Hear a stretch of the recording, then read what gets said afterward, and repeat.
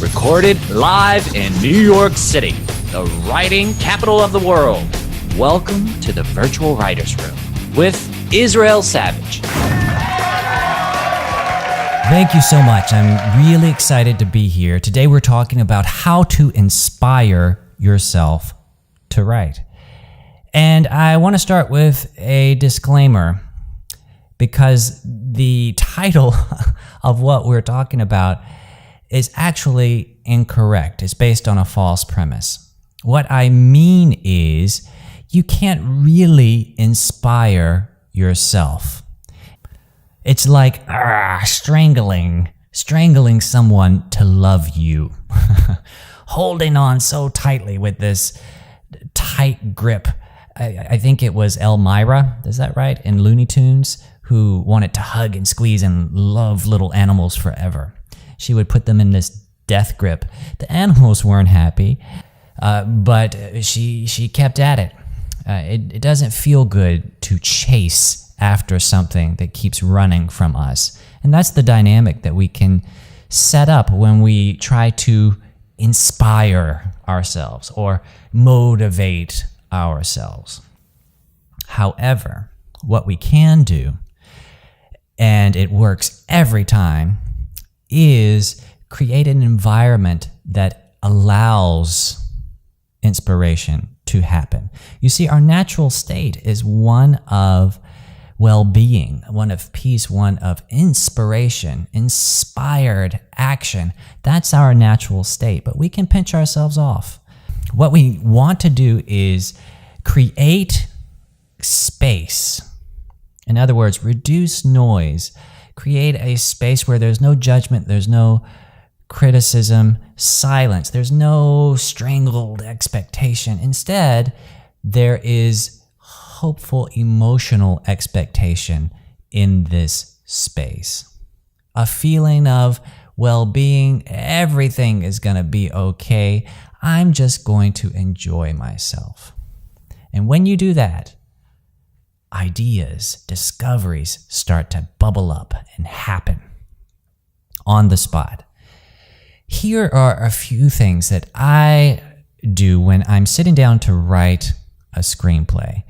These are rituals that I find fun, and I also find them to be touchstones that get me on track each and every time I sit down to write.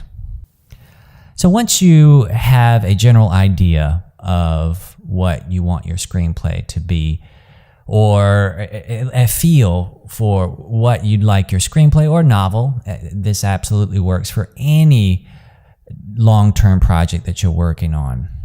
What I'd love to do is look through magazines and keep an eye out for photos that make me feel similarly to what I want the feel of the screenplay to be or the book.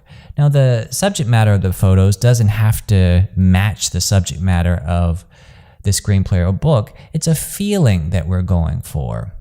What is the feeling that these photos conjure? In searching for photos, what you'll find is that you are also clarifying this vision that you have for your screenplay and the feel that you have for your screenplay.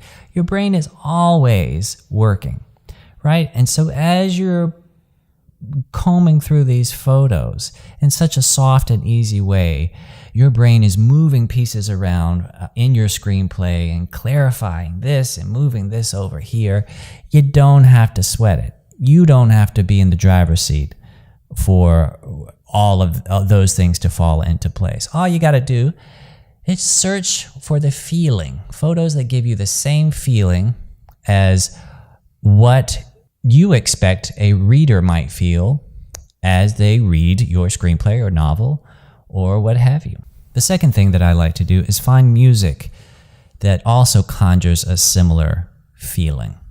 So there was one screenplay that I wrote, and I had a soundtrack that I listened to every single time that I sat down to write. And the music helped me get right back into the mood of the screenplay. It was such a great touchstone. So you can gather together a playlist of music that has a similar feel to what you're going for. The third thing, and I can't even emphasize enough how powerful this is, you want to create space for this project that doesn't exist yet in physical form, but it's already inside you. It's already vibrationally there, emotionally there, and the thoughts are all coming together, and the ideas, it's just all brewing inside you. You want to make some space.